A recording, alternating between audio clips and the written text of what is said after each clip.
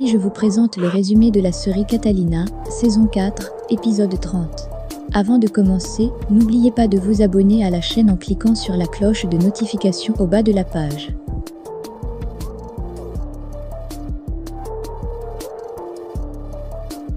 Hilda est assise dans sa chambre, seule devant son miroir. Elle repense encore à toutes les choses méchantes que lui a dit la styliste Isabella. Elle se met à pleurer. Au bout de quelques minutes, elle va elle-même sécher ses larmes et va essuyer son visage. Puis elle va se lever et va aller rejoindre Catalina la moyenne, Myrtha et Lisette au salon. Une fois là-bas, elle va les trouver en train de discuter au sujet d'un vêtement que Myrtha a retouché. Hilda va leur demander « Qu'est-ce que vous faites ?» Catalina la moyenne va lui répondre « Oh, t'es encore toute triste ?»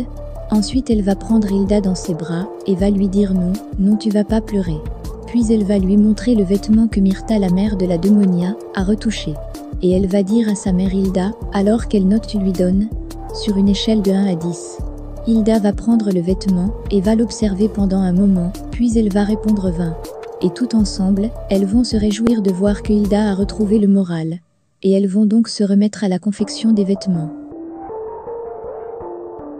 Au même moment, du côté de la prison, le docteur discute avec Rota et il lui fait des aveux sur son amour pour Catalina.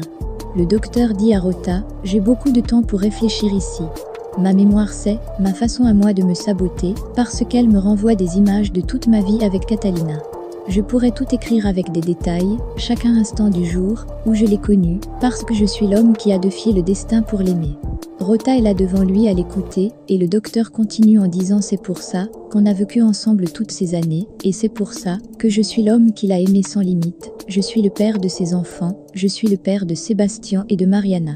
C'est pour ça que maintenant j'ai le cœur brisé et qu'il y a quelque chose à l'intérieur de moi qui est mort, tu sais. Tu me comprends, Rota ?»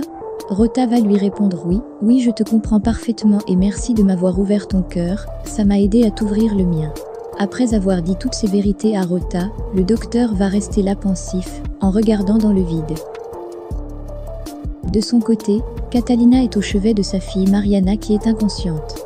Catalina pose la main sur sa fille, la secoue en disant « Mariana s'il te plaît, réveille-toi, on a besoin de parler je t'en supplie. » Mais Mariana inconsciente ne réagit pas. Catalina va quand même continuer à lui parler en disant « Je te vois là maintenant en face de moi, tu es devenue une femme, et pour moi tu seras toujours ma petite, ma choupinette. » Ensuite Catalina va rester à contempler Mariana en repensant au jour où elle la mettait au monde. Et elle va continuer à parler en disant « Je me souviens comme si c'était hier, le moment où tu es venue au monde, je t'ai prise là, dans mes bras, tu étais tellement petite, minuscule, fragile. Tu étais mignonne. Tu étais un bébé adorable, et c'est pour ça qu'il faut qu'on parle Mariana. » Catalina va lui tenir la main et va continuer son propos en disant « Je ne te permettrai pas de continuer à creuser ta propre tombe. Parce qu'au bout du chemin que tu as choisi, il y a seulement 2 possibilités. La prison ou la mort. Et je ne veux aucune de ces 2 choses pour toi. Je te veux vivante, je te veux libre, et je te veux heureuse. Je ne veux pas que ta vie ne soit que fuite perpétuelle, je ne veux pas. Allez réveille-toi. » Catalina souhaite de tout son cœur que sa fille se réveille maintenant, mais cette dernière reste jusque-là couchée et inconsciente. De leur côté, les trafiquants recherchent l'hôpital dans lequel se trouvent Mariana et la diablesse. C'est à Rocco que cette mission a été confiée. Alors que ce dernier accomplit sa mission, il appelle de temps en temps la main noire pour lui donner des nouvelles. Rocco dit donc à la main noire « J'ai cherché dans tous les hôpitaux, il paraît qu'elles ne sont pas non plus dans les bureaux de la DEA. Elles doivent être sacrement bien cachées parce que je viens de ratisser tous les quartiers de la ville. J'ai aussi fouillé en banlieue, c'est pas possible, elles sont bien quelque part ces nanas. » La main noire va lui répondre « Surtout ne me déçois pas Rocco. » Rocco va répondre « Non bien sûr. » Ensuite la main noire va lui demander « Qui d'autre a-t-on à la DEA ?» Rocco va lui répondre « Personne, le seul qu'on ait pu corrompre, c'était Ousmane. » La main noire va répliquer en disant par conséquent « Je crois que le moment est venu de trouver un autre agent de la DEA à corrompre. Tu ne crois pas ?»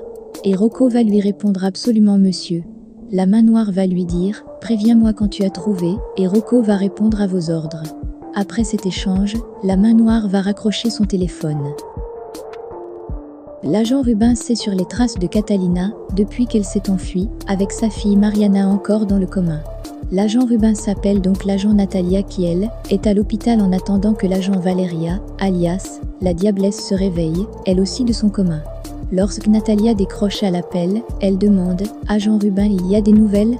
Et Rubens lui répond « J'ai demandé qu'on m'envoie, sur mon portable, un registre des caméras de surveillance du secteur. » Et dans l'un de ces enregistrements vidéo, il y a l'agent Catalina Santana.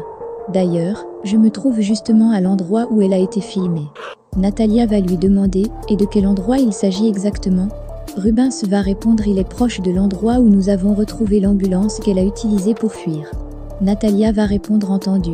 Puis Rubens va continuer en disant « Elle savait que nous allions retrouver sa piste. » Natalia va lui demander « Et vous avez une idée de l'itinéraire qu'elle a pris par la suite ?» Rubens va répondre « On est très près d'une avenue principale, elle a pu prendre n'importe quelle rue latérale. » Ensuite Natalia va lui dire « Agent Rubens ?»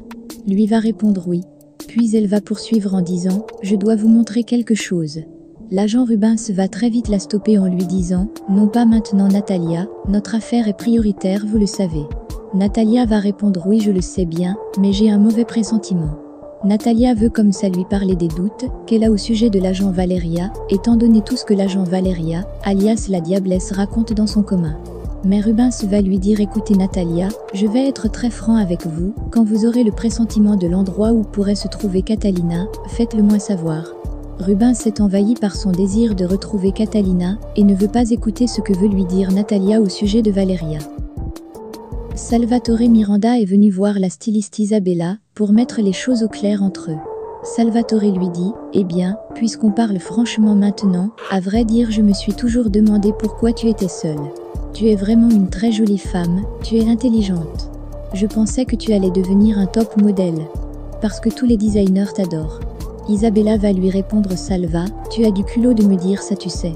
Alors que j'ai toujours été là à faire en sorte que tu me considères comme une femme et pas comme une employée parmi tant d'autres. » Salvatore va lui répondre en disant « Tu n'es pas une employée, tu es mon amie. » Et elle va répliquer « C'est bien pour ça que j'ai fait ça Salva, c'est pour ça que je t'ai embrassée. Mais bon, je vois que tu es tellement transportée par cette Hilda que je me vois dans l'obligation de tout te raconter.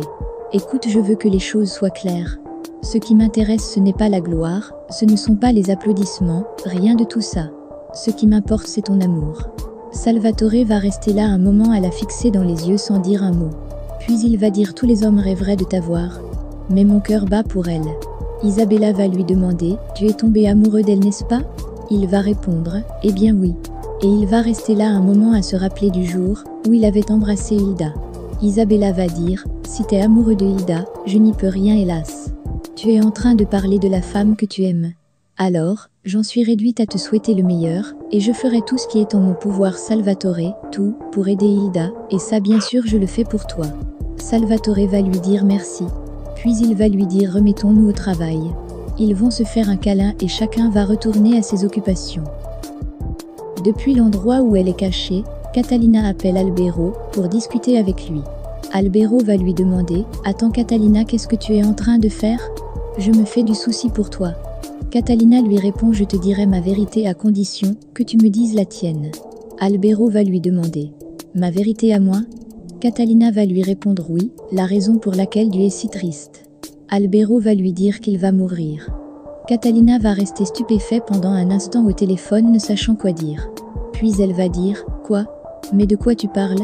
Il va lui répondre que la diablesse qui nous a fait tant de mal à tous m'a envoyé l'un de ses hommes de main, celui qu'on appelle le chauve, et il m'a demandé de faire des examens. Et Catalina va lui demander « Des examens de quoi ?» Il va répondre « Les examens d'un truc qui est en train de me tuer. » Catalina va demander « Et c'est aussi grave que ça ?»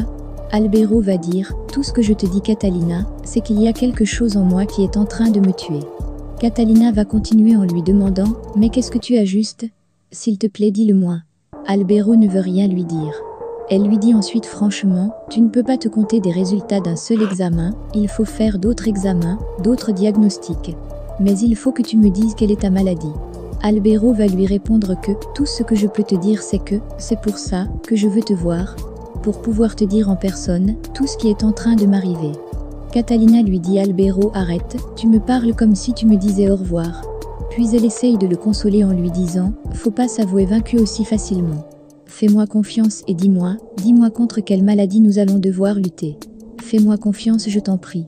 Albero va lui répondre, ça ne sert à rien de dire quelle est cette maladie, Catalina. Parce que le problème ici n'est pas ce que j'ai, le problème c'est l'origine de cette maladie. Catalina va insister en lui disant, je t'en supplie, dis-moi ce que tu as. Albero, là, je sens ton angoisse. Je te répète que la science a fait d'énormes progrès, tu ne peux pas te contenter des résultats d'un seul examen, tu dois en faire d'autres. Il faut que tu reprennes courage, fais-le.